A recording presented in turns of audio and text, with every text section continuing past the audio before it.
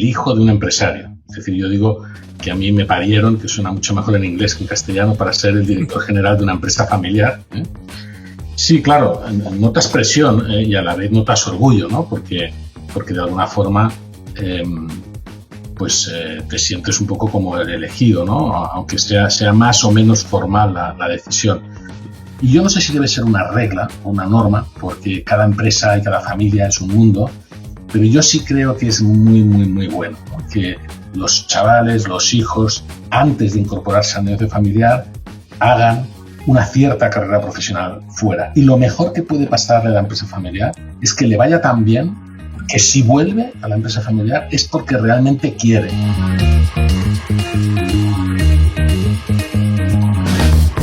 Soy Alex Méndez, facilitador y asesor en empresas familiares. Desde hace años acompaño a familias empresarias a enfrentar algunos de los momentos más complejos de su historia. Las conversaciones difíciles, la sucesión, la continuidad y la construcción de un legado que realmente valga la pena. Hoy quiero compartirles algo antes de empezar. Hay episodios que hablan de estrategia, otros se enfocan en gobernanza tanto familiar como corporativa, y hay episodios como este que hablan de lo que pasa en el corazón de una familia cuando el futuro del negocio se cruza con el amor, con el poder, con los hermanos y con las decisiones del padre. Hoy converso con Ferran González desde Madrid, fundador de Nexus Governance Partners y autor del libro El arte del buen gobierno corporativo. Pero la fuerza de esta conversación no está solo en lo que Ferran sabe, está en lo que Ferran ha vivido. Siendo el menor de 6 hermanos, su padre decidió que él sería el sucesor, y esa decisión, que pudo haber aparecido lógica, desde la óptica del negocio desató una dinámica familiar compleja, emocional y profundamente humana. Porque una cosa es nombrar a un sucesor y otra muy distinta es sostener todo lo que ese nombramiento provoca dentro de una familia. En este episodio vamos a entrar en una historia real, la historia de alguien que vivió la presión de ser elegido, la dificultad de trabajar con la familia, la decisión de sacar a todos de la gestión para profesionalizar la empresa y eventualmente la decisión más dura de vender para proteger la armonía familiar. Y desde ahí, desde esa experiencia de tensión, aprendizaje y transformación, Ferran encontró un nuevo propósito: escribir, enseñar y ayudar a otras familias y empresas a gobernarse mejor. Este episodio cuenta con el apoyo de London Consulting Group, una firma que valoro porque entiende que transformar una empresa no solo es mejorar procesos, sino ayudar a que la ejecución, la estructura y la visión caminen juntas. Y eso conecta perfectamente con esta conversación. Porque cuando una familia no se gobierna bien, no solo pone en riesgo el negocio, pone en riesgo la relación entre quienes más aman. Quédate hasta el final, porque esta no es solo una conversación sobre consejos de estructuras. Es una conversación sobre sucesión, identidad, dolor, decisiones valientes y sobre lo que realmente significa preservar un legado. Comenzamos. Pues seas muy bienvenido a Familias en los Negocios.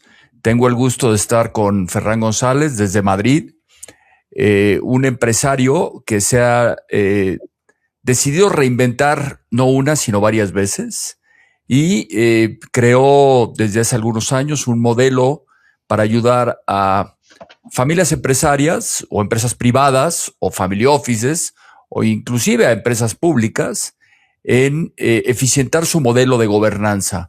Pero antes de que empecemos con ese tema, mi querido Ferran, platícame un poquito de dónde viene tu historia en el contexto de las empresas familiares. Pues mira, eso es una parte muy importante de lo que explica a lo que yo me dedico, ¿eh? Porque, mira, yo empecé en esto siendo el hijo de un empresario. Es decir, yo digo que a mí me parieron, que suena mucho mejor en inglés que en castellano, para ser el director general de una empresa familiar.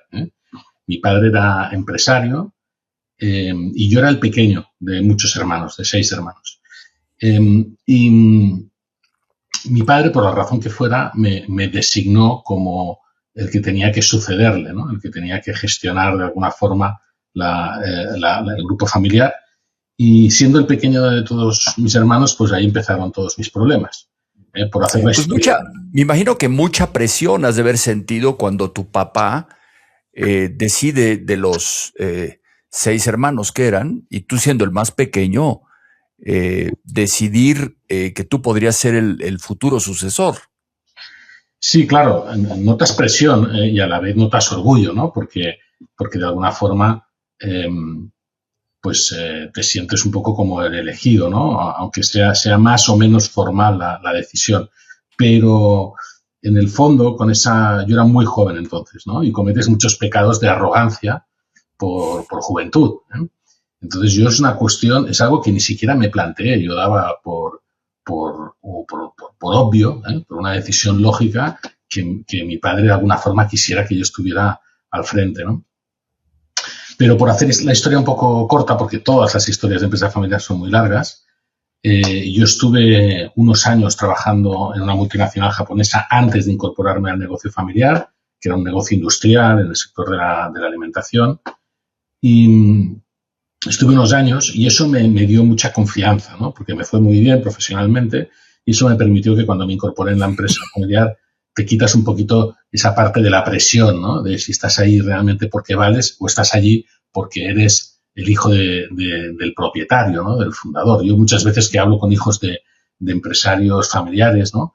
Me dicen, yo no sé si estoy aquí por mi apellido o estoy aquí porque... No digo, no tengas ninguna duda, tú estás ahí por tu apellido, ¿no? Otra cosa es que lo puedas hacer muy bien, mejor que cualquiera que no tenga tu apellido. Pero es evidente que cuando tú entras en una organización donde tu padre es el fundador, pues tú sabes que entras allí porque de alguna forma llevas su apellido y el resto de las personas lo saben.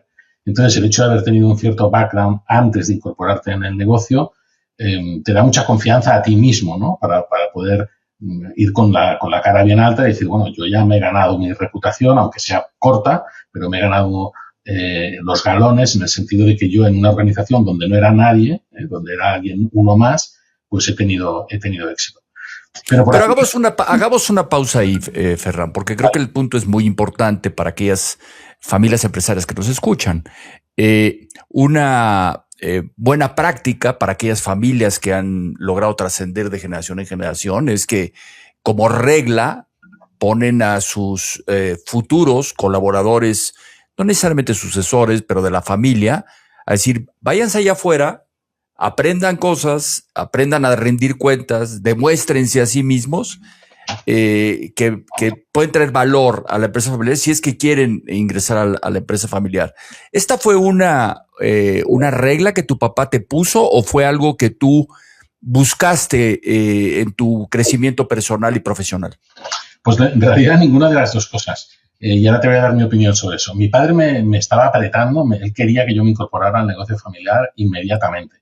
Lo que pasó es que cuando yo estudiaba ADE, estudiaba Administración y Dirección de Empresas, que siempre digo que tuve la suerte de que era una carrera fácil, ¿no? Porque mis hermanos son ingenieros y estaban ahí durante 6 años y cuando acababan la carrera hablabas con ellos de la hipercorrosión de los carburos y de poca cosa más, ¿no? Y yo tuve la suerte de hacer una carrera que era fácil, trabajaba por las mañanas, iba a clase por las tardes, pero sobre todo me dediqué a una asociación internacional de estudiantes. A eso es a lo que yo le dedicaba la mayor parte de mi tiempo. Y en esa organización fui creciendo y cuando acabé la carrera me eligieron para ir al Comité Nacional como vicepresidente de la asociación. Yo vivía en Barcelona y me fui a Madrid. Y eso fue algo muy curioso porque yo me acuerdo que llamé a mi padre desde un congreso y le dije, papá, que me estoy presentando, que si me eligen me voy a vivir a Madrid.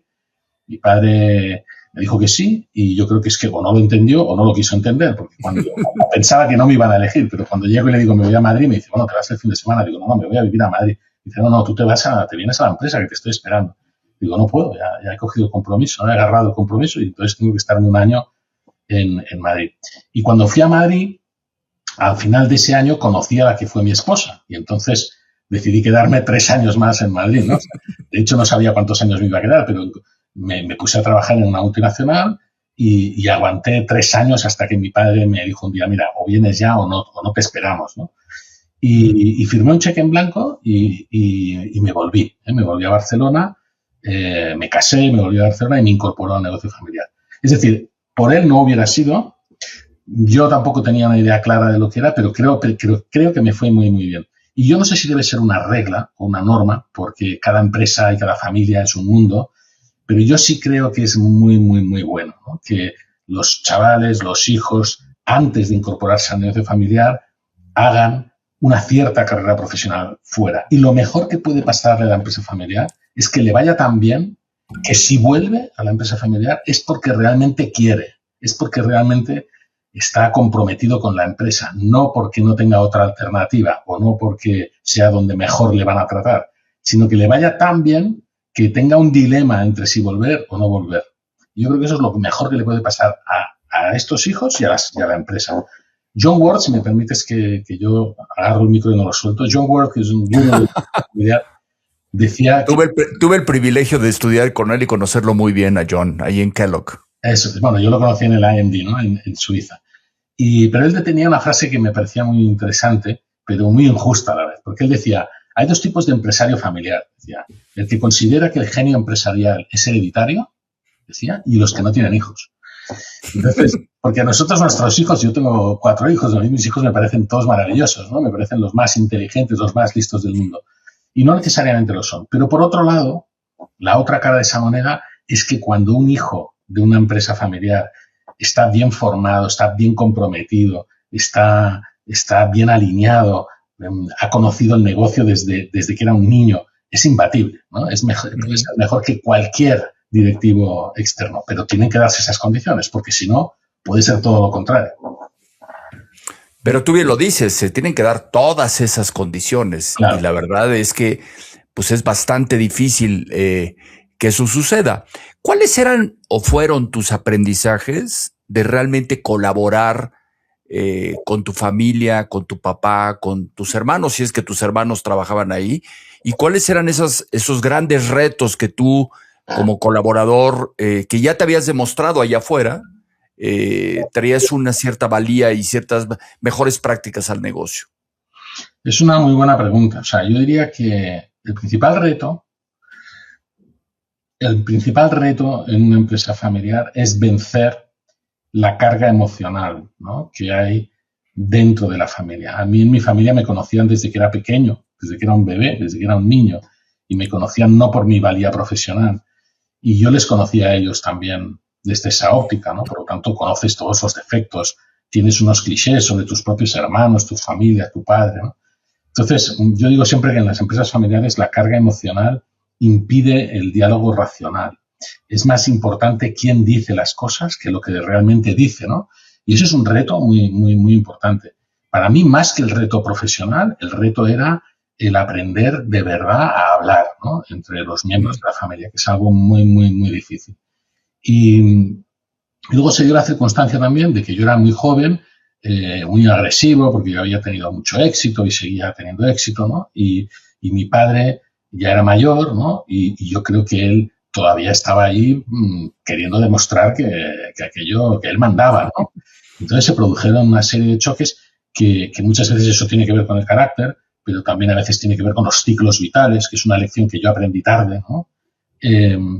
Pero los retos eran infinitos, había muchísimos retos, ya no profesionales, ¿eh? Estoy hablando de gestión en una empresa familiar. Luego, si quieres, te cuento cómo acaba toda esa historia. Porque esa es ahorita llegaremos a cómo acaba esta historia y es lo que te permite evolucionar a esta nueva ruta empresarial que trae un propósito muy, muy definido. Pero comentaste algo muy importante. Las conversaciones tienen un tamiz de mucha emoción. Y la verdad es que uno de los grandes retos de las empresas familiares es esta capacidad de poderse escuchar, comunicar, entender, no criticar, y que realmente ninguna escuela de negocios ni en ningún tipo de escuela te enseñan estas herramientas de comunicación, a ser franco, honesto, respetuoso, no criticar, hablar desde la experiencia. Pero eso, me imagino que las conversaciones con tu padre o con tus hermanos, si es que trabajaban contigo, pues han de haber sido difíciles, independientemente de que tuvieras éxito en la gestión de la misma empresa. Eran muy difíciles y, como tú dices, independientemente de los resultados, eran muy difíciles. Yo creo que hay toda una parte de soft skills que uno puede aprender, ¿no?, y puede construir para ayudar a que eso ocurra, pero por desgracia, algunas de las cosas suelen venir, y no digo que no puedan venir antes, pero suelen venir con las canas, ¿no? Suelen venir con las cicatrices, con la experiencia, con los años, ¿no? Y en esas dinámicas intergeneracionales, pues esto no existe. Pero yo te voy a contar una anécdota que me parece muy, muy ilustrativa y que puede ayudar, ¿no? Sobre todo a la gente joven, ¿no? Porque, como te decía, yo estaba como ejecutivo en la compañía y yo me creía en posesión de la verdad absoluta, ¿no? Y entonces me parecía que era incomprensible cómo mi padre podía discutir algunas cosas, ¿no? Y un día, nosotros teníamos algunos consultores en la compañía ayudándonos y teníamos un consultor que era un tipo muy inteligente, un tipo muy, muy potente, que además era psicólogo. Y entonces yo un día estaba despotricando, ¿no? Estaba diciendo, no, es que no entiendo por qué esto tal. Entonces me para y me dice, mira, tu padre no va a cambiar ya. Si tu padre no va a cambiar. Tu padre tiene 70 y pico de años y no va a cambiar. Dice, ¿tú quieres pasarte todo el día discutiendo con él y peleándote con él o quieres que esto cambie? Porque si quieres que esto cambie, tienes que cambiar tú. Él no va a cambiar. Tienes que hacer las cosas tú de una manera distinta, ¿no? Y me explicó un concepto que es lo que él me explicó, era el locus de control externo. No sé si me das un minuto lo voy a contar. El locus de control externo es un latinejo, ¿no? Locus es lugar, en latín, ¿no? Y el locus de control externo, él me explicó, dice, mira, es una figura psicológica que está muy estudiada, y consiste en deformar la realidad para proteger la autoestima, ¿no? Entonces dice, para los niños esto es súper importante, porque los niños, si no tienen autoestima, no aprenden. La autoestima es una necesidad para aprender. Y por lo tanto, es un mecanismo para defender esa autoestima. Y está tan arraigado en el lenguaje que, fíjate, esta deformación de la realidad consiste en pensar que todo lo que ocurre bueno es gracias a mí y todo lo que ocurre malo es culpa de los demás, es un factor exógeno, ¿no? Y está tan arraigado en el lenguaje que yo apruebo un examen, pero me suspenden, ¿no? Entonces, esa dinámica que en los chavales es muy útil porque protege esa autoestima, cuando te conviertes en un adulto es perversa, porque te hace perder el control de las cosas. Porque cuando la responsabilidad no está en ti, sino que está en otro, el mecanismo es pensar que no puedes hacer nada, porque claro, es que es el otro, ¿no?, el que no hace lo que tiene que hacer. En cambio, cuando tomas el control, en vez de tener un locus de control externo, tienes un locus de control interno, y dices, bueno, algo dependerá de lo que yo haga. Quizás si yo estudio más, me aprobarán, ¿no? Porque seré yo el que apruebe. Quizás si yo cambio la manera de actuar con mi padre, quizá empecemos a entendernos, quizá empecemos a dejar de discutir. Pero alguien tiene que romper esa dinámica, y el que la tiene que romper normalmente es el joven, no el que ya está totalmente hecho, ¿no? Porque nos cuesta más cambiar con la edad. Y ese fue uno de los aprendizajes que yo tuve. Pero finalmente, a ver, dices claramente, el que tiene que cambiar es el joven, y no estaré yo totalmente de acuerdo contigo. El que se hace consciente de que algo está pasando, que en la dinámica no está funcionando. En tu caso, fuiste tú, porque te hizo reflexionar este consultor, y tú en ese momento decidiste empezar a hacer las cosas diferentes para tener resultados diferentes. Y eso nos lleva un poco a decir, bueno, ¿y en qué acabó esta historia en tu devenir, en esta trayectoria de la empresa familiar? Pues ahora te voy a contestar, pero dame un minuto porque tienes razón, ¿eh? Es decir, puede cambiar cualquiera. Tienes razón, ¿no? No necesariamente tiene que cambiar el joven, como yo estaba diciendo antes. Solo que es más fácil, ¿no? Es más fácil cambiar cuando eres joven que cuando ya estás en un proceso, en una etapa vital mucho mayor. Aún así, yo te tengo que decir que yo llevo muchos años, ¿no?, tratando con empresarios y con empresarios familiares, y me he dado cuenta que hay dos tipos de personas, ¿eh? O sea, hay muchos ángulos de análisis, pero desde la perspectiva que te voy a contar ahora hay dos tipos de personas. Hay gente que con la edad se vuelve sabia, se vuelve humilde intelectualmente, escucha, aprende, cambia. Y hay otros que con la edad se vuelven arrogantes y se vuelven reyes desnudos, se vuelven emperadores desnudos, se vuelven gente donde se rodean de gente que solo les dicen lo que quiere oír, lo que quieren oír. Yo no sé por qué unos toman un camino y otros toman otro, porque estoy hablando de perfiles muy parecidos, de gente con éxito profesional, ¿no? Otra cosa es cómo definimos el éxito, podríamos estar un buen rato hablando de eso. Pero me he encontrado los dos perfiles. Entonces hay gente que es, como decía un buen amigo mío, es resistente al ácido. Da igual lo que hagas, no van a cambiar. Y probablemente no tiene que ver con la edad, tiene que ver con otras cosas, ¿no? Y en cambio hay gente que es permeable y es capaz de pensar, reflexionar, ver sus zonas desconocidas, ¿no? Y aprender a trabajarlas y cambiar. Y ahora te contesto, si quieres. Por favor, porque yo te intento también interrumpir mucho, pero por favor, adelante. No, pero esto es una conversación, o sea que... No, adelante, porque quería comentar algo, pero te voy a dejar que termines y te voy a dar una reflexión. Ok.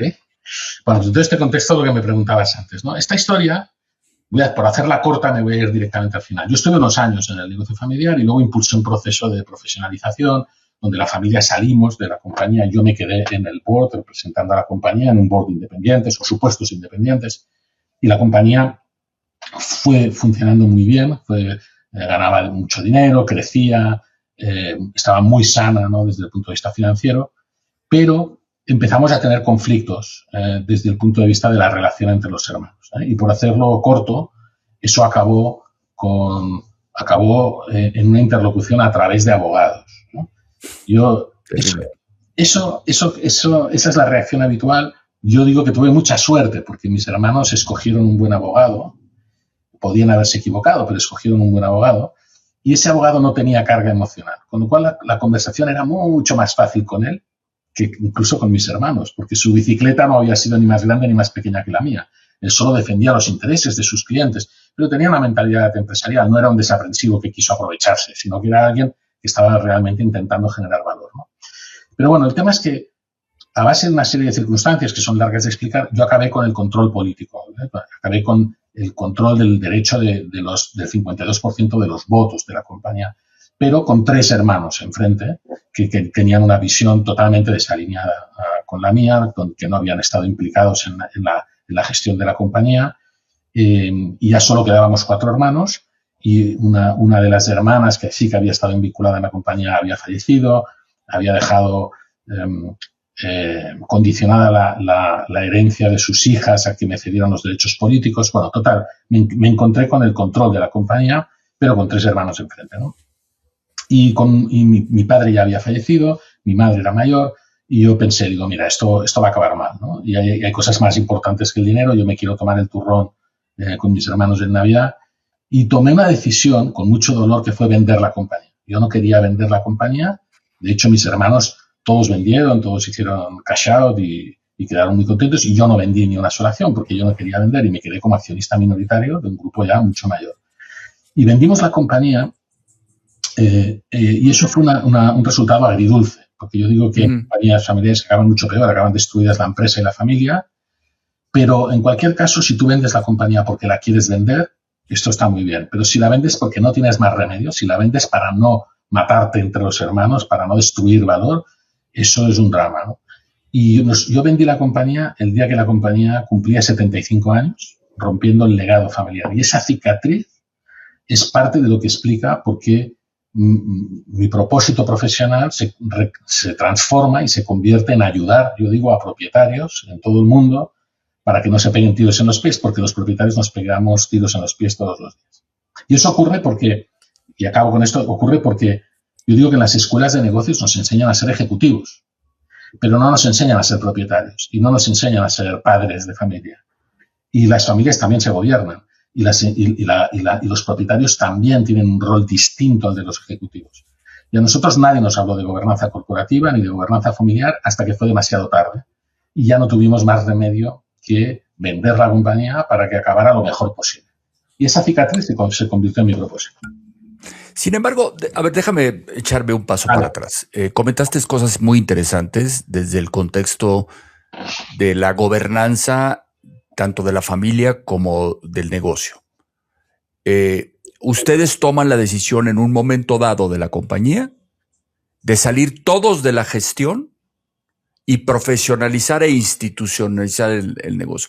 Es una decisión verdaderamente difícil, porque entonces eso quiere decir que la familia tuvo esas conversaciones con tus hermanos y decidieron que era lo mejor para el negocio y lo mejor para la familia. Pero eventualmente en el tiempo se descompuso la relación y esa podría ser una conversación muy compleja y difícil.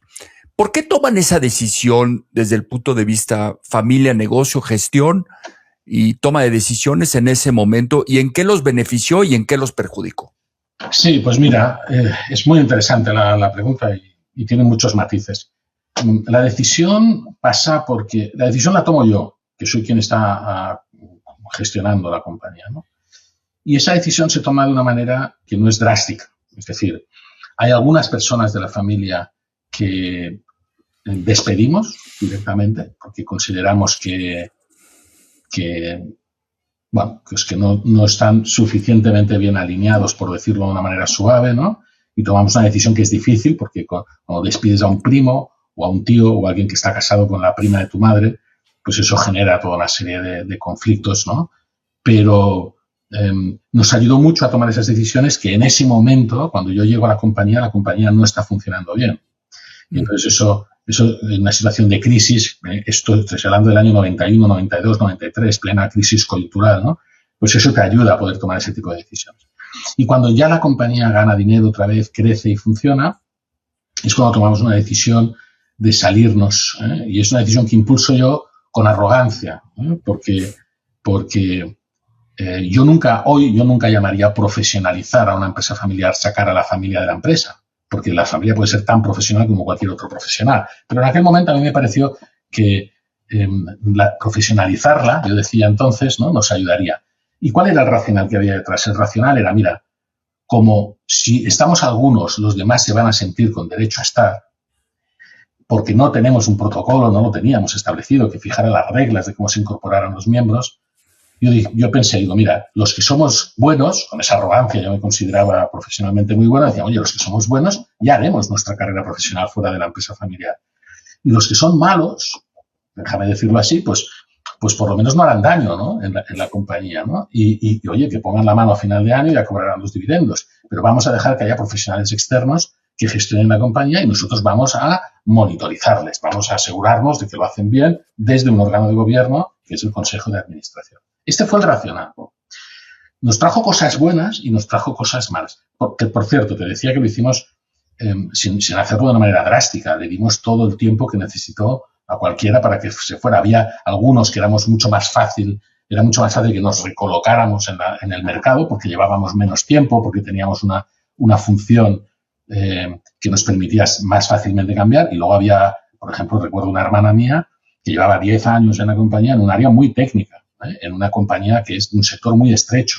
Era muy difícil que encontrara otra posición. Lo que le dijimos fue, tranquila, no hay ninguna prisa, la decisión está tomada, nos vamos todos, pero tómate el tiempo que quieras, ¿no? Es decir, se puede ser flexible con estas cosas. Bueno, yo creo que nos llevó a algo que puede ser bueno o malo dependiendo cómo se mire, que es a desvincularnos del negocio, o por lo menos algunos, ¿no? Porque cuando las familias están muy unidas alrededor de la compañía, el pegamento de la cultura familiar suele ser la empresa familiar, si lo haces bien. Y eso es muy poderoso.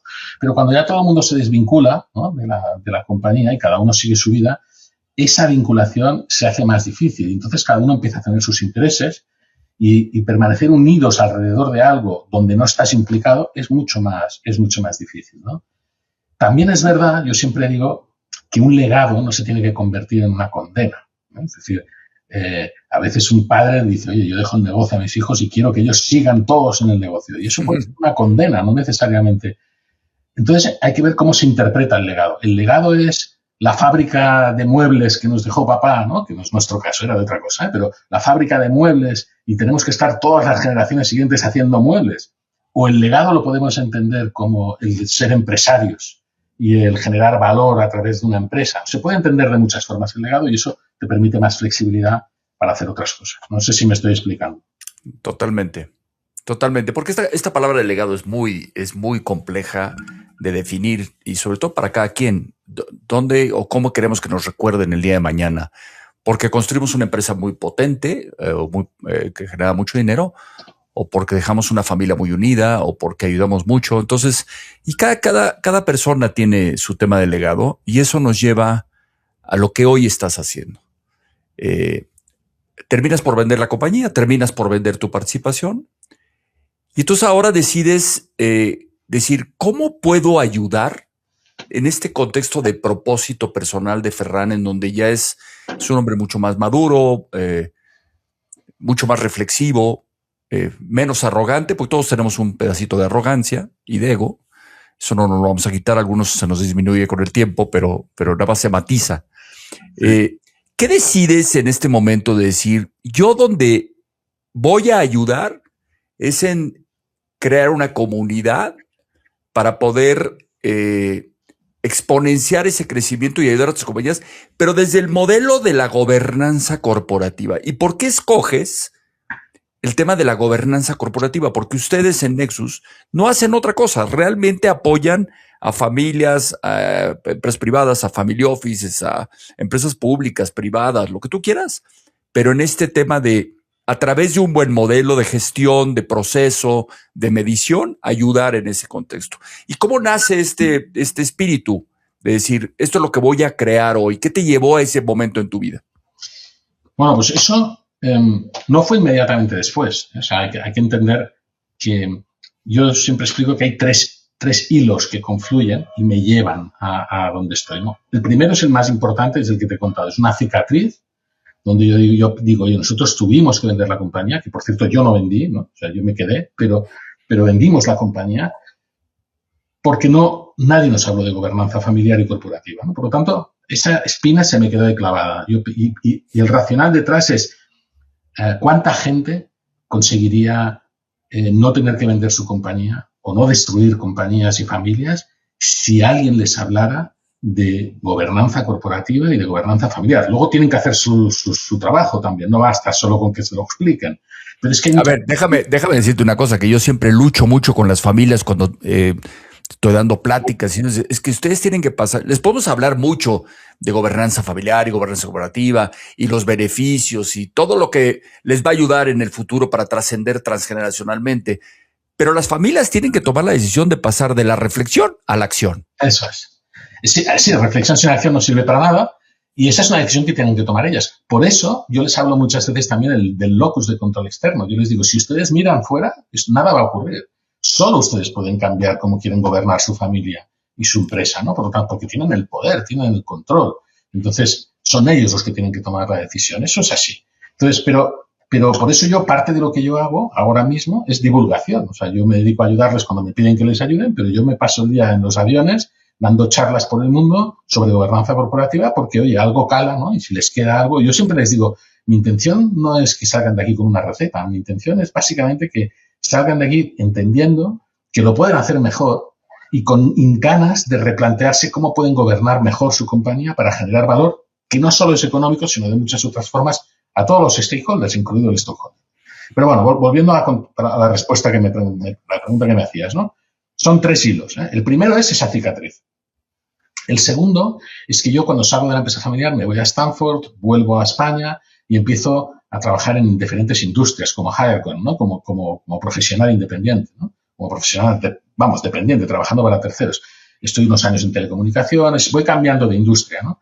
Pero en paralelo me pasa una cosa y es que empiezo a entrar en consejos de administración, en juntas directivas, o no sé cómo, no recuerdo cómo lo llamáis en México, porque cada país se llama de una forma distinta, ¿no? En boards of directors, ¿no? A veces son advisory, a veces son fiduciarios, pero empiezo a entrar en boards, ¿no? Y yo llevo 30 años, ya no como dominical, como proprietary director o como ejecutivo, que también ya lo estuve, sino como independiente en consejos, haciéndolo muy mal y viendo lo mal que se hace. Porque al principio yo no me daba cuenta, a mí me llenaba de orgullo que me llamara un fondo de inversión y me dijeran, oye, tenemos una participada, buscamos a alguien que venga de tu industria, vente aquí. O que alguien muy poderoso me tira en el consejo de su empresa familiar, ¿no? Y tú vas allí con todo, pues feliz, pensando que lo vas a hacer muy bien, pero con una cantidad de defectos, ¿no? Algunos derivados de ser demasiado joven, ¿no? Otros, pues de la arrogancia, del éxito profesional. No entiendes que el board es otra cosa, vas allí con la misma inercia ejecutiva y vas allí pensando que te toca tomar decisiones y no es lo que hay que hacer. Bueno, muchos años en consejos viendo lo mal que se hacen, viendo el trabajo que dan y el poco valor que generan en general la mayoría de los consejos. Este es el segundo hilo. Y el tercer hilo es que más o menos a mitad de mi carrera profesional yo fundo o cofundo con unos reporters míos, cofundamos una consultora de estrategias, una consultora que nos ayuda, empieza a funcionar muy bien, crece, ¿no? Y esa compañía sí la acabo de vender, la acabo vendiendo. Pero pasar unos años por el mundo de la consultoría te da un mindset, te da una manera de pensar, de estructurar, que es la que me ayuda a escribir un libro. Llega un día en que yo digo, oye, voy a escribir un libro. Yo tengo un buen amigo que es un catedrático de Derecho Mercantil que dice, cuando no sé de algo, escribo un libro. Bueno, voy a escribir un libro porque yo pienso que sé de esto, pero escribir un libro te ayuda a asegurarte que cuando lo pones negro sobre blanco es distinto. Te ayuda a ordenar las ideas, te ayuda a ratificar algunas cosas que intuyes o a cuestionar otras que a lo mejor piensas y ves que están equivocadas. Pero ese libro me sirve para construir un modelo, un marco conceptual, para construir buenos órganos de gobierno corporativo, buenos consejos de administración, que en vez de dar trabajo generen valor. Entonces, cuando publico el libro, que me lo publica una editorial muy prestigiosa en España, ¿no? Me empiezan a llamar gente, ¿no? Empiezan a llamarme gente que se lee el libro, ¿no? Que hay muy poca gente que lea, esta es la verdad. Pero gente que se lee el libro y me llaman y me dicen, oye, tú me puedes ayudar porque me ha gustado mucho lo que he leído en el libro, ¿no? Y yo les digo, hombre, pues venga, y me pongo a ayudarles a hacer, yo en aquel momento ya estoy pensando en jubilarme, yo tengo 59 años, y yo estoy pensando en aquel momento en qué voy a hacer. Mis hijos se ríen cuando me oyen decir que me voy a jubilar, pero bueno, y empiezo a hacer proyectos en modo freelance, ¿no? Y entonces llega un día alguien y me provoca, alguien que me presenta a un empresario al que ayudo, y este es el presidente de una compañía enorme en Brasil, y me llama un día y me dice, oye, Ferran, tú dices que haces esto por propósito, porque yo siempre digo que hago esto porque me creo que cuando hay buena gobernanza se genera impacto positivo. Me dice, pero si de verdad lo hicieras por propósito, en vez de hacer 4 proyectos al año, harías 40 o 400, ¿no? Y yo pienso, qué pereza, ¿no?, que me da ahora ponerme a emprender y crear una consultora otra vez. Pero bueno, ese dilema lo rompo asociándome. Tenemos una serie de socios que nos juntamos, ¿no?, y creamos esta consultora que lleva unos poquitos años ayudando a compañías en muchos países a construir órganos de gobierno que de verdad generen valor y piensen en cómo un propietario puede hacerlo bien a través de esos órganos de gobierno. Y a través de asociarte, ¿por eso nace el nombre de Nexus? No, Nexus de hecho es un nombre que tiene, yo tengo 3 sociedades que se llaman Nexus, una sociedad de inversión, una sociedad, bueno, y tiene 30 años el nombre de Nexus, de la sociedad. Lo que pasa es que esta se llama Nexus Governance Partners. El Partners sí que es el que tiene que ver con el hecho de que seamos varios socios. Nexus, en su día, era una palabra que tenía un fondo de unión, ¿no? O sea, de hacer de nexo, ¿no? Y esa era mi idea hace 30 años cuando monté una compañía que tenía que hacer procesos de consultoría, pero no de gobernanza. Entonces, por eso hace unos pocos años fundamos Nexus Governance Partners, que es una compañía que solo pone el foco en la gobernanza corporativa. Y si me dejas hacer propaganda o publicidad del libro... Pero antes de que me hagas propaganda del libro, porque a ver, el libro, después de que alguien escuche este podcast, pues podrá googlearte y al rato lo podremos sacar. Desafortunadamente no lo tengo aquí a la mano, pero te juro que cuando lo promueva el podcast voy a sacar la fotografía del libro, ¿no? Y tú si no me lo enseñas ahorita en pantalla. Pero, ¿qué es lo que vas encontrando en este modelo junto con tus socios de decir, esto es lo que esta es nuestra propuesta de valor diferente? Porque mira, modelos de gobernanza hay muchos, tanto familiar como corporativa. Pero ¿qué es lo que hace potente tu modelo? ¿Qué crees que hace ese diferenciador que debería decir, esto sí me hace sentido y creo que es por donde tengo que transitar en mi familia, en mi empresa para tener el modelo de Ferran? Pues mira, no es fácil de explicar, pero son varias cosas. La más importante, yo diría, que por orden en términos de proceso no es la primera, pero lo más importante es entender que la gobernanza, como muchas cosas en la vida, es un sistema complejo, que es multivariable. Porque la mayoría de las personas, el cerebro humano está hecho para simplificar. Tendemos a simplificar, a buscar un motivo, ¿no?, un factor por el que las cosas tienen éxito o fracasan. Pero esto es más complejo, es multifactor. Cuando yo llego a veces a compañías que me dicen, ya es que he cambiado 3 veces a las personas y sigue sin funcionar, digo, bueno, es que a lo mejor no son las personas, ¿no? Deming, que era el padre de la calidad total, decía que un mal sistema bate a cualquier buena persona, da igual lo buena que sea, la bate. Entonces, hay varias piezas, ¿no? Este sistema es un sistema este modelo es un modelo holístico, que nosotros hablamos de 6 palancas de valor, hablamos de 6 piezas que son muy importantes y las 6 son muy importantes. Yo hago siempre la analogía con un equipo de música, ¿no? Con un hi-fi system, ¿no? Yo digo, lo mejor que suena un sistema de música, de audio, es lo mejor que suena al peor de sus componentes. Si hay una de las piezas que no funciona, el sistema no funciona. Es como una ecuación donde los operandos son multiplicadores. Si uno es 0, el resultado es 0. Por lo tanto, es muy importante entender que son 6 piezas, por lo menos en nuestro modelo y lo que nos ha demostrado que funciona, son 6 cosas a las que hay que poner atención. Luego hay otra cosa muy importante. Si tienes tiempo y quieres, luego hablamos de cuáles son. Por favor, ¿cuáles son esas 6? Porque tendremos que profundizar, porque yo lo que quiero en este podcast es que la gente se lleve herramientas, se lleve conocimientos, se lleve aprendizajes, tanto los tuyos personales, los que nos has compartido, que son muy potentes, pero también aprendizajes que decir, oye, sí me hizo sentido este modelo que está implantando Ferran con su grupo de socios y me hace sentido de lo otro que he escuchado allá afuera. Bueno, aquí ahora te voy a contar cuáles son las 6, pero déjame, con la arrogancia que todavía tengo, dar un consejo, ¿no? Y esto no se puede hacer desde dentro, no lo puedes hacer tú solo. No, es imposible que funcione. Tienes que llamar a Alex Méndez o tienes que llamar a alguien que... ¿A Ferran? ¿Sepa? ¿Perdón? ¿O a Ferran? Sí, pero bueno, si estás en México es más fácil que te llamen a ti. Pero tienen que llamar a alguien que de esto sepa, porque desde dentro es imposible resolverlo. Yo estoy en boards de listed companies, de non-listed companies. Desde dentro es muy difícil cambiarlo, incluso aún siendo independiente. O sea, ya no se trata de que seas el miembro de la familia, que es evidente que es muy difícil que tú lo cambies desde dentro, ¿no? Tienes que apoyarte en alguien que venga desde fuera, porque lo va a ver mucho más claro y va a tener la ascendencia, va a tener el interés en que el tema funcione, hay que gestionarlo como un proyecto, etc. Pero bueno, ¿cuáles son las seis palancas?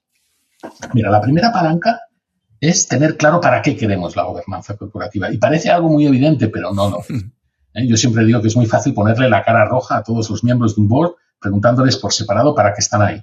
Porque al final cada uno te contesta una cosa distinta, ¿no? Entonces es imposible que el barco llegue a puerto si la gente no tiene claro dónde tiene que ir el barco. Entonces, bueno, el para qué sirve un órgano de gobernanza es una reflexión relativamente sencilla, que si tenemos tiempo la podemos desarrollar luego, pero hay que pasar por esa reflexión. Y el spoiler es que fundamentalmente sirve para gobernar la compañía desde la perspectiva de la propiedad y hacer que la compañía llegue a donde tiene que llegar, sea cual sea el destino. Y eso quiere decir hablar de estrategia corporativa, quiere decir hablar de cultura, quiere hablar de asignación de recursos, quiere decir entender los riesgos, quiere decir trabajar la estrategia de crecimiento inorgánica cuando es inorgánica con el M&A, bla, bla, bla. Son toda una serie de cosas. La segunda palanca fundamental es definir la estructura de la gobernanza. Yo tengo un cliente, siempre explico, que tiene 56.000 empleados y tiene un board de 5 personas y le sobra. Y tengo otro cliente que son 9 empleados, pero que es una holding que invierten en diferentes verticales, etcétera, y necesita mucha más gente en la gobernanza corporativa que en la ejecución, porque necesitan una gobernanza sofisticada, porque levantan capital americano, porque están estructurados de una forma que necesitan sofisticar. La estructura de la gobernanza corporativa, es decir, cuántas y cuáles piezas necesita el sistema, no tiene que ver con el tamaño de la compañía, tiene que ver con la naturaleza de los negocios y de los retos que tiene la compañía. Entonces, hay compañías que necesitan solo un board y ya está. Hay compañías que necesitan un fiduciary board y un advisory board. Hay compañías que necesitan un consejo de familia. Hay compañías que necesitan un double tier board. Hay compañías que necesitan un board de holding y un board. Hay que entender la situación particular de cada compañía para pensar en el sistema más eficiente. Lo más sencillo posible, pero lo más sencillo posible no es lo más sencillo. Es lo más sencillo posible, que no es lo mismo. Y a veces hay que tener sistemas relativamente complejos para romper un trade-off de amplitud y profundidad de los contenidos, de lo que se trabaja en los boards. Es un poquito largo de contar, un poquito técnico. Pero bueno, se trata de pensar cuántas piezas necesita y cuál es la estructura interna de cada pieza y cómo se reparten esos objetivos entre las diferentes piezas. La estructura. La tercera pieza es las funciones. Es qué hacemos en el board. No por qué tenemos un board, sino qué vamos a hacer en el board. Y no hay muchas cosas que se deban hacer en un board. Se hacen muchas otras que no se deberían hacer en un board. Pero en un board se deberían hacer máximo 8 o 9 cosas, ¿no? En un extremo está supervisar y controlar, que esto es como mirar hacia adentro y hacia atrás, es como manejar el carro mirando solo por el retrovisor. Y el parabrisas, yo digo, es mucho más grande por algo, ¿no? Por lo tanto, también se puede hacer direccionamiento estratégico. Direccionamiento estratégico es mirar hacia afuera, mirar hacia adelante. Tan peligroso... Definir el rumbo, claro, ¿no? Pero ayudar a definir el rumbo. Tan peligroso es manejar el carro solo mirando por el retrovisor, porque te sales de la carretera en la primera curva, como solo mirar por el retrovisor, porque si no miras el dashboard te quedas sin gasolina. Entonces, no se trata de elegir cuáles son las 8 o 9, de las 8 o 9 cosas que se pueden hacer cuáles, sino se trata de darles un peso de manera dinámica, porque el tiempo hace que las cosas cambien. Puedo llegar a una compañía donde es muy importante supervisar y controlar para tomar el control. Y una vez eso está hecho, hay que eficientar el máximo y luego dedicar tiempo a otras cosas, a definir políticas, a tomar decisiones, a lo que sea. La tercera pieza es la tercera pieza es el método. Perdón, ¿he dicho la tercera? No, la cuarta es el método. El método es cómo hacemos las cosas. No ni por qué las hacemos ni qué hacemos, es cómo lo hacemos. ¿Qué ocurre antes, durante y después de las reuniones? ¿Qué información, que no documentación, le damos al consejero? ¿Cómo permitimos que se prepare bien las reuniones para no llegar a la sesión del board con las manos en los bolsillos, a ver qué me explican y entonces reaccionar a la marcha? ¿Cómo gestionamos una reunión? ¿Cómo hacemos el orden del día que determina de qué vamos a hablar? ¿Cómo hacemos que haya la seguridad psicológica para que todo el mundo diga lo que de verdad piensa y no lo que cree que quiere oír el poderoso? ¿Cómo tomamos conciencia de las decisiones que se toman para que ocurran, el accountability? Ese es el método. ¿Cómo hacemos las cosas? ¿Cómo planificamos los contenidos? ¿Cómo trabajamos? ¿No? Y esas cuatro... Pero déjame parar un poquito ahí antes de que pasar a las otras ¿sí? Elementos o fases del... Pero lo decías muy claramente. Los empresarios saben gestionar bien el negocio.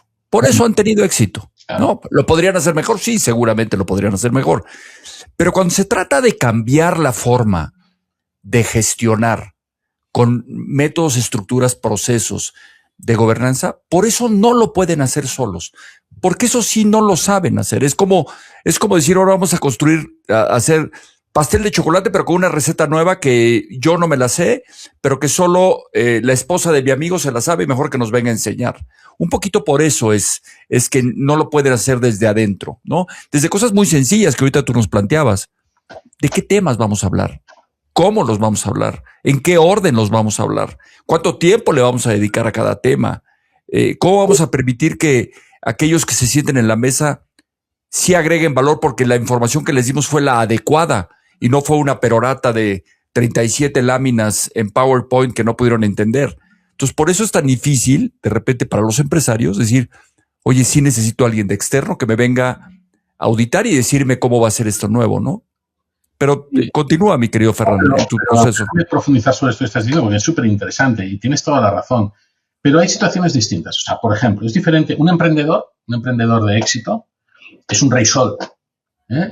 Es el primer ejecutivo, es el propietario, es el patriarca o la matriarca y gobierna autocráticamente, que eso no es malo en una compañía porque eso lo que te da es mucha velocidad. Pero está acostumbrado a no tener que compartir con nadie el proceso de decisión. Ellos toman las decisiones, ¿no? Entonces, un emprendedor normalmente sabe de su oficio, ¿no? El que tiene una fábrica de ladrillos, lo que sabe es de fabricar ladrillos. Pero no necesariamente sabe de muchas otras cosas que son las que le van a llevar al siguiente estadio, ¿no? Porque las virtudes que tiene un emprendedor son a la vez sus principales defectos. Nadie es perfecto. Los emprendedores son muy buenos en unas cosas y son muy malos en otras. Y son lo mejor y lo peor que tienen las compañías, ¿no? Pero como tú decías, si han llegado hasta donde han llegado, es que algunas cosas las han hecho muy bien. No todas, porque nadie lo hace todo bien. Pero las esenciales las han hecho bien. Ahora, esas cosas que te llevaron hasta ahí no son seguramente las que te van a llegar hasta el siguiente nivel. Alguien me decía un día, una reflexión muy interesante, me decía, mira, yo no valoro a los emprendedores por lo que construyen, sino les valoro por lo que dejan. En el sentido de que hay gente que construye un imperio y cuando se mueren o cuando desaparecen o cuando lo venden, se disuelve como un azucarillo. Entonces, ¿qué mérito, qué están dejando, no? Entonces, al final, lo importante es decir, oye, ¿cómo hago algo que genere valor de manera sostenible en el tiempo? Y para eso hay que entender que en la siguiente generación van a necesitar necesariamente un modelo de gobernanza colegiado porque van a tener que poner de acuerdo a varios hijos. O van a tener que poner de acuerdo a unos inversores. Ellos no tenían que poner de acuerdo a nadie. Ellos tomaban solos las decisiones. Pero eso tiene que cambiar.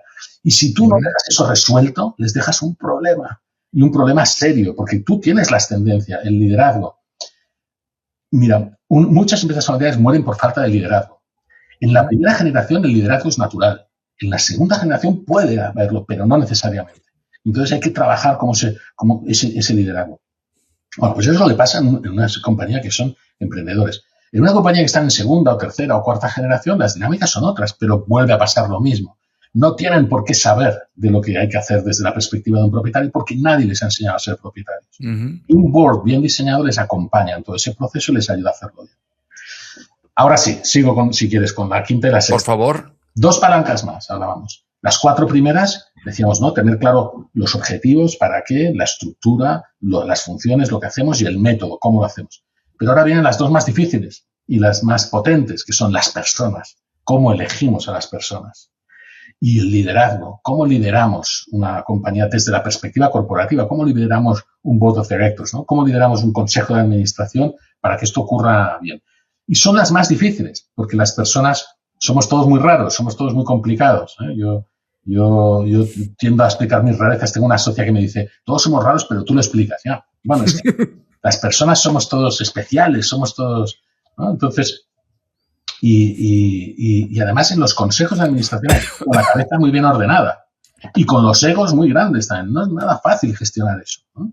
Entonces, ¿cómo elegimos a las personas? Es donde más fallan las compañías. Fíjate, si quieres desarrollo un poco esto, pero mira, por favor. Una cosa que yo veo muy a menudo, ¿no? Vamos a pensar en ese empresario poderoso, emprendedor, que ya tiene una compañía y que por el motivo que sea, idealmente por convicción, porque a veces montan consejos de palmeros, yo digo, de gente que está para aplaudir, es lo peor que pueden hacer. Yo siempre les digo, no montes un consejo así, te va a hacer daño, es mejor que no lo montes, ¿eh? Lo que pasa es que hay gente experta en esconder, ¿eh? ¿Cómo diría? Esa aquiescencia complaciente, ¿no? Que hace que les dicen lo que quieren oír, aunque parezca que no, ¿eh? Entonces, ¿cómo montamos un board? Porque fíjate, lo habitual es que los propietarios tengan en cuenta 3 criterios que son equivocados, ¿eh? El conjunto de ellos, ¿no? El primero es la confianza. Y confianza tienes que tener, no está mal, porque claro, en el board vas a tomar decisiones confidenciales, muy importantes, muy difíciles, pero la confianza sola no basta, ¿eh? Yo tengo una prima, digo siempre, que sabe mucho de macramé y le tengo mucha confianza, pero si la metiera en el board de mi compañía no me aportaría ningún valor. La confianza sola no vale, ¿eh? El segundo es muy peligroso y es el track record, porque el track record, la experiencia, es fundamentalmente ejecutiva. Y a los ejecutivos, ¿qué les pedimos? ¿Qué le pedimos a un CEO de una compañía, a un ejecutivo? Le pedimos que mande, que tome decisiones, que grite si hace falta, pero que tenga resultados, que ponga foco en tomar decisiones, en la velocidad, tiene un punto de agresividad, de testosterona, llámalo como quieras, ¿eh? Entonces, si meto a 3 de estos en un board, al día siguiente tengo un conflicto armado, porque el objetivo es ganar la discusión, el objetivo es enseñar a los demás que yo sé más que todos los demás, es decirles lo que tienen que hacer. Ese no es el mood de un board. Un board toma decisiones que lo más importante es que estén bien tomadas, no que las tomen deprisa. Y por tanto la velocidad en el board cambia. Esto lo tienen que entender los propietarios y les cuesta mucho entenderlo, sobre todo los emprendedores que vienen con la velocidad, ¿eh? Porque yo digo, una decisión ejecutiva, tú tienes una fábrica de ladrillos, o de yogures, y te equivocas con el precio del yogur. Pues en 2 ha sido un error, porque no sale del lineal. Y le cambias el precio y el impacto es así de pequeño. Pero cuando tú te equivocas en una estrategia de despliegue internacional, a lo mejor tardas 3 años en verlo y te has cargado la compañía. Entonces, las decisiones corporativas no son decisiones que requieran velocidad. Llegas igual de tarde hoy que dentro de 3 meses a tu despliegue internacional. Lo que es importante es que sean decisiones bien tomadas. Y ahí la velocidad es otra. No necesitas ejecutivos que vengan a decir lo que hay que hacer y a tomar decisiones. Necesitas que se genere un debate de calidad. Y para eso necesitas toda una serie de cosas. El tercer criterio que utilizan es uno que es inconsciente y es un error per se, que es la afinidad. Todos nos sentimos cómodos con la afinidad a nosotros. Cuando yo tengo un cliente que es un banco y cuando voy a ver al banco voy con mi corbata de Hermès, mi traje de Loewe y voy lo más elegante. Y tengo otro cliente que tiene una agencia de influencers y cuando voy a verle voy lo más informal que puedo. Pero si yo fuera con mi camisa de flores, que no tengo, pero si fuera con shorts al banco, dirían, ¿este tipo qué hace aquí? ¿No? Y mi cabeza está abierta, pero no se sentirían cómodos, genera ruido. Nos sentimos cómodos con la gente que se parece a nosotros. Entonces, ¿qué pasa? Yo soy un poderoso y monto un board con 5 tipos como yo, que son exitosos, que han montado su empresa, con los que juego al golf cada fin de semana, les tengo confianza, se parecen a mí, y al cabo de 3 meses o de 6 meses, aquello es una olla de grillos. Aquello es un desastre. ¿Y cómo les digo que se vayan? ¿Cómo les digo que se vayan? Es muy... No, y te agregaría un elemento que lo he visto constantemente en las familias. También les gusta invitar al mejor amigo, al compadre, Eso es.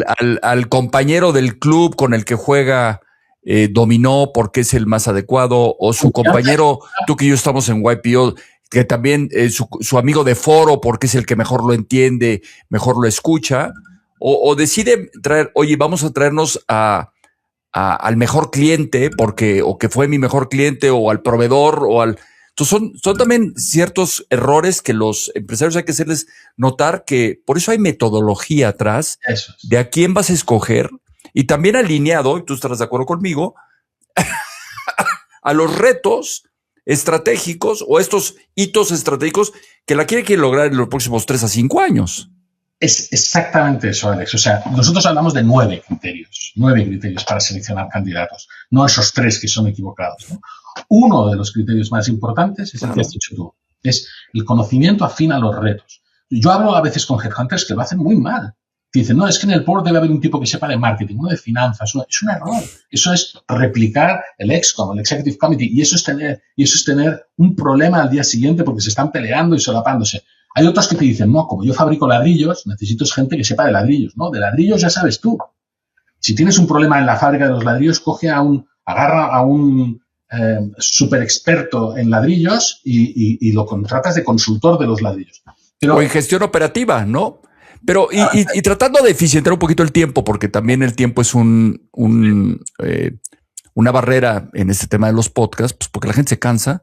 ¿Cuál sería el sexto elemento, esta fase de tu modelo de construcción de bots? Liderazgo.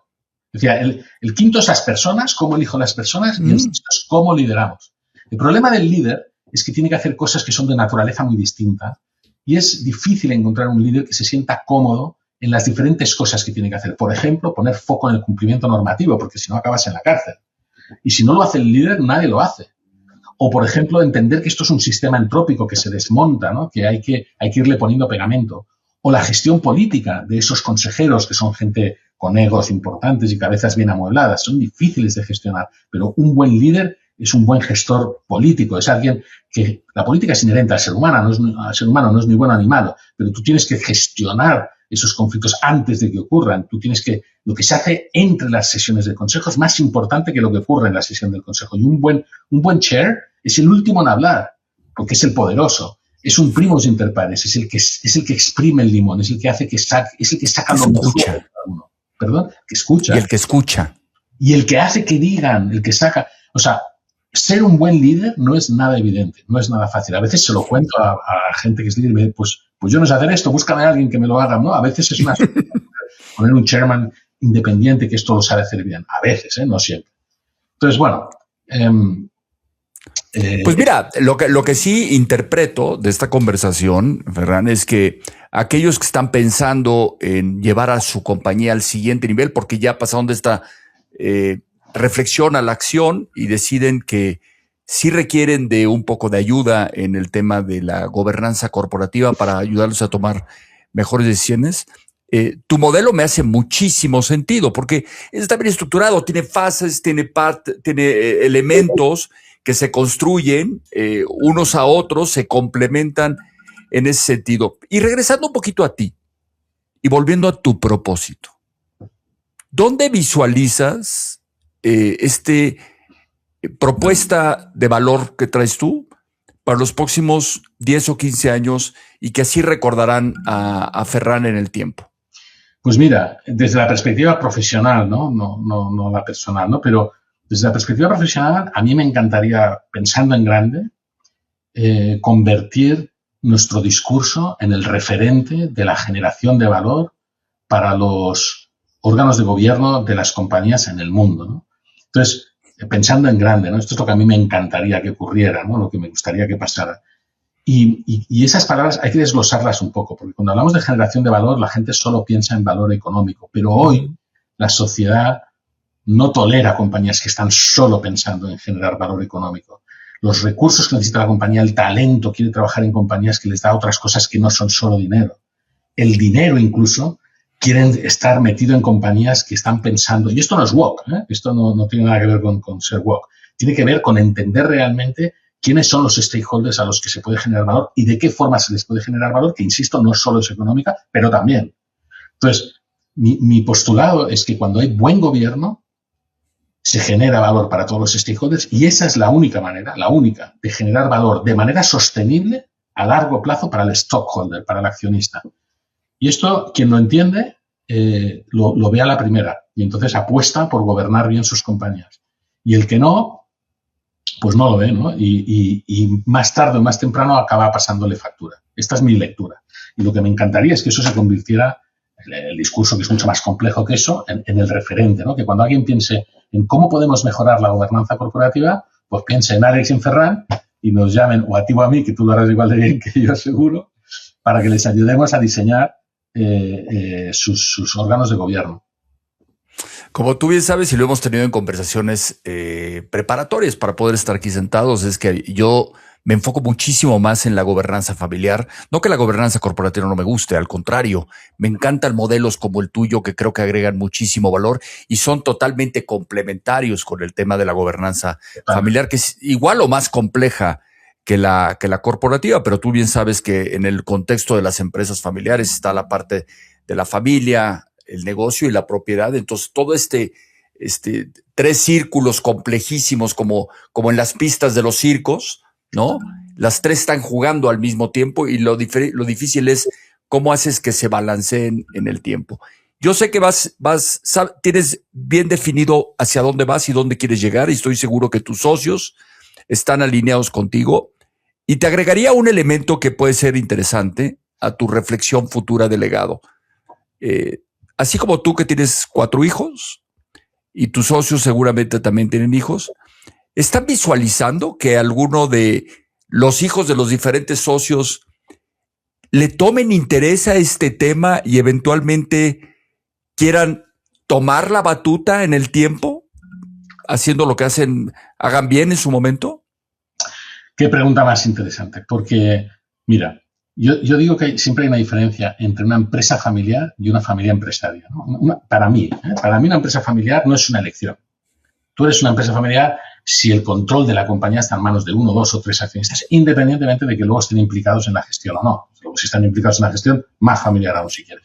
Pero eso es una empresa familiar. Y normalmente las empresas familiares toman decisiones para proteger a la empresa de la familia, ¿no? Los protocolos familiares, te fijas en el fondo, el trasfondo que hay de muchas de las decisiones, es así.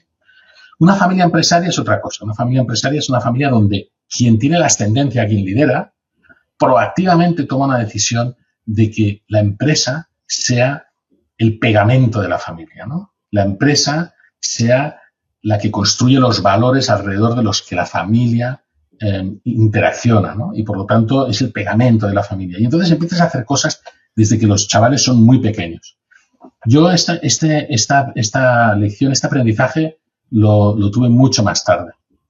Y mis hijos ya habían elegido su camino. Mis hijos son mayores. Yo tengo un hijo que es artista, uno que es arquitecto, otro que...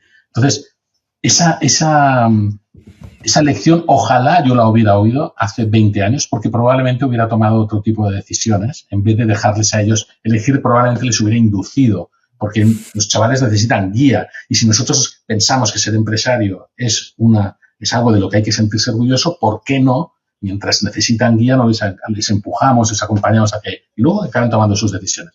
Pero yo eso lo entendí tarde. Así que mis hijos no tienen, yo creo, interés. Bueno, hay uno que de vez en cuando me dice, oye, a mí me gustaría estar por aquí metido y meter la nariz. Y yo le digo, venga, pues vamos a hablar. Pero hay que hacer cosas desde que son pequeños. Los sentimientos no crecen en los árboles. Las compañías no se aprenden a querer si no lo haces desde pequeños. Es lo que yo pienso. Seguramente, y podríamos tener tantas cosas en común, mi querido Ferran, que podríamos tener una conversación de 2 o 3 horas en diferentes tópicos que tienen que ver con las empresas familiares, las familias empresarias y demás. Pero el tiempo no perdona. ¿Qué te llevas de esta conversación de aprendizaje y que te gustaría dejarles 2 o 3 lecciones a los que nos escuchan? Pues mira, Empiezo por las lecciones o los consejos. Lo que diría es, una pregunta que me hace muy a menudo es, ¿cuándo es el momento de empezar a pensar en gobernanza corporativa o en gobernanza familiar, en poner instrumentos, ¿no? Órganos de gobierno? Y mi respuesta siempre es la misma, es cuanto antes. Cuanto antes, porque esto lleva tiempo hacerlo bien, no se hace así de la noche a la mañana, y normalmente los temas que no son urgentes, pero son importantes, se acaban convirtiendo en urgentes. Y cuando se acaban convirtiendo en urgentes, acabamos teniendo un problema. Entonces, esto hay que atacarlo cuanto antes, si uno de verdad tiene vocación e interés en hacerlo bien a largo plazo. Si uno ha montado una compañía para venderla dentro de 3 años, quizás la decisión sea otra. Pero si uno quiere dejar un legado, cuanto antes empieces, mucho mejor. El segundo aprendizaje para mí es intenta hacerlo bien a la primera, porque es muy fácil equivocarse. Montar un board, lo decíamos antes, es muy fácil en teoría, pero es muy fácil equivocarse. Y a nosotros nos cuesta muchísimo más darle la vuelta a un board cuando no funciona que montarlo desde cero, from scratch. Cuando llegas y no hay nada, partes de una situación neutra. Cuando llegas a una compañía que lo han intentado 2 veces y el consejo no ha funcionado, hay malas inercias, malos aprendizajes, hay cicatrices, cuesta más darle la vuelta. Por lo tanto, es mejor intentar hacerlo bien de entrada. Y la tercera es que para hacerlo bien, como decíamos antes, no lo puedes hacer solo. Necesitas a alguien que sepa, porque tú sabes de lo tuyo, de esto no sabes, nadie te ha enseñado, ni tienes por qué saber. Pero hay gente que sí sabe de esto, ¿no? Porque lleva toda la vida haciéndolo y ayudando a los que no saben hacerlo a hacerlo bien. Por lo tanto, hay que tener un poquito de humildad intelectual y dejarse acompañar de gente que te ayude a hacerlo bien. ¿Qué me llevo de este podcast? Pues que, como siempre, es un tema apasionante, ¿no? Donde hay un montón de retos, donde cada compañía, cada familia es un mundo distinto, pero donde hay palancas, donde hay factores que son comunes a todas ellas y que hay manera de atacarlas y de trabajarlas bien. Hay gente que no las ataca porque ni siquiera sabe por dónde empezar. Hay gente que no las trabaja porque dice, no sé, es que ni se les ocurre que pueda haber un método, una fórmula para solucionarlo. Existe y funciona. Y no sé qué más decirte, Alex. Gracias por haberme invitado hoy a estar contigo. Al contrario, yo terminaría con esto.